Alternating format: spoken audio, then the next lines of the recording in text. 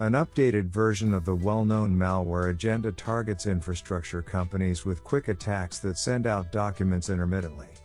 The variation is written in Rust, a language that cybercriminals are using more and more frequently, particularly those involved in operations in which the practice of hacking is offered as a service to those looking to carry out offensives.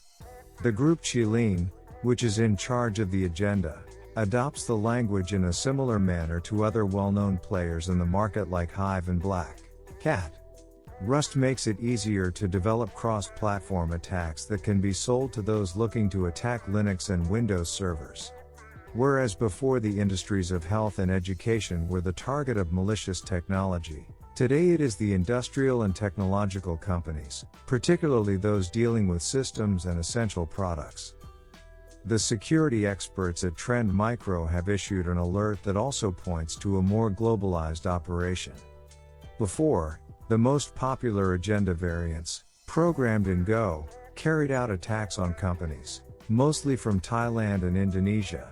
Now, they come from many nations with no clear target.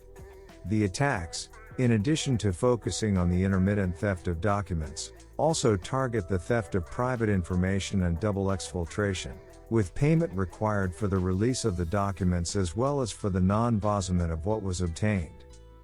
This second element is also increasingly being used by cybercriminals, primarily as a way to undermine security and monitoring systems. Instead of completely encrypting the documents, this work is done so as to just achieve the minimum level necessary for them to be corrupted, making a direct recovery impossible while also reducing the amount of processing time required during the offensive. Every address that the criminals raid is marked with a note of rescue, directing the victims to a chat room on the dark web where negotiations for rescue and release take place. The request, of course, is for payment in cryptocurrency, but the amounts may vary depending on the nature and size of the targeted company.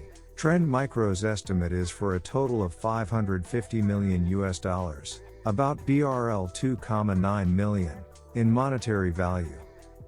In its analysis of the new version, Trend Micro published compromise indicators and technical details.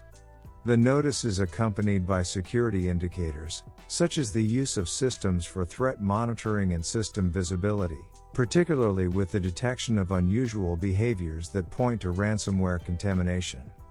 The threat isn't going anywhere, on the contrary, it's getting better all the time. Experts advise taking control and recovery measures as the best course of action for protection.